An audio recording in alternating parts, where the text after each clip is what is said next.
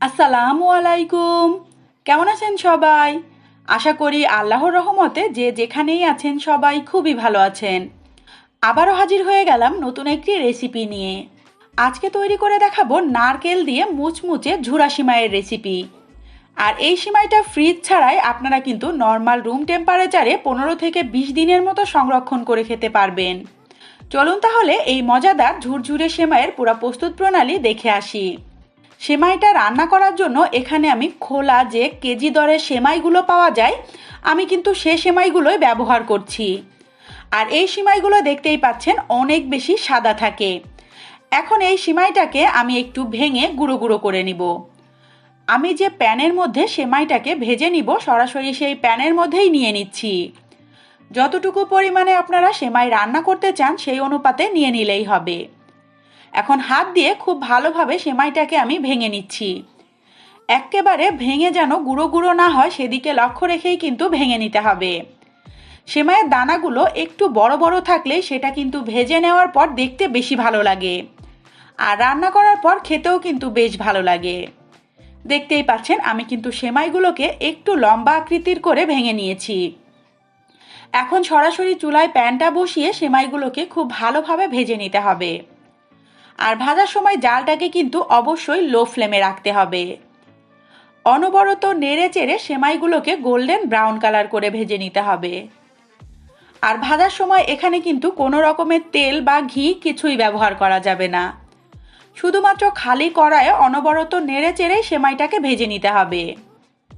আর ভাজার সময় লক্ষ্য রাখবেন প্রতিটা সেমাইয়ে যেন খুব সুন্দর একটা কালার আসে। এখন চুলা থেকে সেমাইগুলোকে নামিয়ে আমি আবারও সেই প্যানটা চুলায় বসিয়ে নিয়েছি। দিয়ে দিচ্ছি এখানে 1 টেবিল চামচ পরিমাণ ঘি। ঘিটা গরম হয়ে গেলে দিয়ে দিচ্ছি এখানে 2 টেবিল চামচ পরিমাণ কিশমিশ। এখন কিশমিশগুলোকে অনবরত নেড়ে চেড়ে ভেজে নিব। কিশমিশগুলো কিছুক্ষণ ভাজতে ভাজতে দেখবেন যে গোল গোল হয়ে যাবে, অর্থাৎ ঘিয়ের মধ্যে এই কিশমিশগুলো খুব ভালোভাবেই ফুলে উঠবে। গোল গোল হয়ে যাওয়া মাত্রই ঘি থেকে কিশমিশগুলো তুলে নিতে হবে। এখন এই একই প্যানে দিয়ে দিচ্ছি এখানে একটা তেজপাতা, 3-4 টুকরো দিয়ে দিচ্ছি দারুচিনি, আর দিয়ে দিচ্ছি এখানে 3 টুকরো এলাচ। এলাচের মুখটা অবশ্যই একটু ফাটিয়ে নিতে হবে। চাইলে এখানে আপনারা গোটা গরম মশলাটা না দিয়ে শুধুমাত্র এলাচের গুঁড়া দিয়েও সেমাইটা রান্না করতে পারবেন। তারপর দিয়ে দিচ্ছি এখানে একটা সম্পূর্ণ কোরানো নারকেল। এখানে আমি বেশ বড় সাইজের একটা নারকেল সম্পূর্ণটাই কুড়িয়ে ব্যবহার করেছি। এখন ঘির মধ্যে খুব ভালোভাবে নারকেলগুলাকেও ভেজে নিতে হবে, যাতে করে নারকেলের মধ্যে যে এক্সট্রা পানি বা রসটুকু রয়েছে সেটাও শুকিয়ে যায়। ভাজা হয়ে গেলে দিয়ে দিচ্ছি এখানে 1.5 কাপ পরিমাণ চিনি।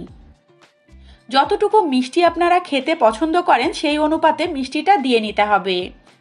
আমার এখানে ভাজার পর 2 কাপের মতো সেমাই হয়েছে, এখানে 1.5 কাপ পরিমাণ চিনিই কিন্তু ওইটুকু সেমাইয়ের জন্য যথেষ্ট। এখন বেশ কিছুক্ষণ জাল করে চিনির পানিটা গলে যাওয়া পর্যন্ত অপেক্ষা করতে হবে। আর এই চিনি এবং নারকেলের শিরাটা যেন বেশ আঠালো হয় সেরকমভাবেই তৈরি করে নিতে হবে। অবশ্যই এভাবে হাতে করে একটু চেক করে দেখে নিতে হবে। যদি দেখেন হাতের মধ্যে চিটচিট অনুভব হচ্ছে তাহলেই বুঝতে হবে খুব ভালোভাবে পাক চলে এসেছে। তারপর দিয়ে দিচ্ছি আগে থেকে ভেজে রাখা সেমাই। এই পর্যায়ে জালটাকে কিন্তু অবশ্যই লো ফ্লেমে রেখে খুব দ্রুত মিশিয়ে নিতে হবে। তা না হলে কিছু জায়গায় নারকেল মিশবে আর কিছু জায়গায় কিন্তু মিশবে না। এই জন্য এই কাজটা কিন্তু খুব দ্রুত করতে হবে। আপনারা যদি সেমাইটা একটু আঠালো করতে চান, অর্থাৎ নরম করে রান্না করতে চান, তাহলে অবশ্যই নারকেলের পরিমাণটা বেশি দিতে হবে। আর আমার কাছে তো এইরকম ঝুরঝুরে অর্থাৎ চানাচুরের মতো সেমাই খেতেই বেশি ভালো লাগে। ভাজা ভাজা হয়ে গেলে এখানে দিয়ে দিচ্ছি আগে থেকে ভেজে রাখা কিশমিশ। কিশমিশটা দিয়ে আর বেশিক্ষণ আমি ভাজবো না, জাস্ট ভালোভাবে মিশিয়েই চুলা থেকে নামিয়ে নিচ্ছি। সেমাইগুলোকে চুলা থেকে নামিয়ে আমি একটা বড় প্লেটের মধ্যে তুলে নিয়েছি। এখন একটু ঠান্ডা হয়ে গিয়েছে, তাই আপনাদেরকে দেখিয়ে দিচ্ছি, দেখুন কতটা ঝুরঝুরে হয়েছে। আর যে সেমাইগুলো এভাবে দলা বেঁধে থাকবে সেগুলোকে কিন্তু হাত দিয়ে এভাবে ছাড়িয়ে দিবেন। এতে করে সবগুলো সেমাই একেবারে চানাচুরের মতো ঝুরঝুরে হয়ে যাবে। এখন উপর থেকে আবারও দিয়ে দিচ্ছি সামান্য কিছু ভাজা কিশমিশ। আর এভাবে সেমাই রান্না করলে দেখবেন বাচ্চা থেকে বড় সবাই অনেক বেশি পছন্দ করে খাবে। তৈরি হয়ে গেল খুব সহজভাবে মজাদার একটা নারকেল দিয়ে ঝুরা সেমাইয়ের রেসিপি। আশা করি আমার আজকের এই মজাদার এবং সহজ সেমাইয়ের রেসিপিটা আপনাদের কাছে খুবই ভালো লেগেছে। রেসিপিটা যদি সত্যিই ভালো লেগে থাকে চ্যানেলটাকে সাবস্ক্রাইব করে চ্যানেলের সাথেই থাকবেন। রেসিপিতে লাইক অ্যান্ড কমেন্ট করবেন, বেশি বেশি করে শেয়ার করবেন। ধন্যবাদ।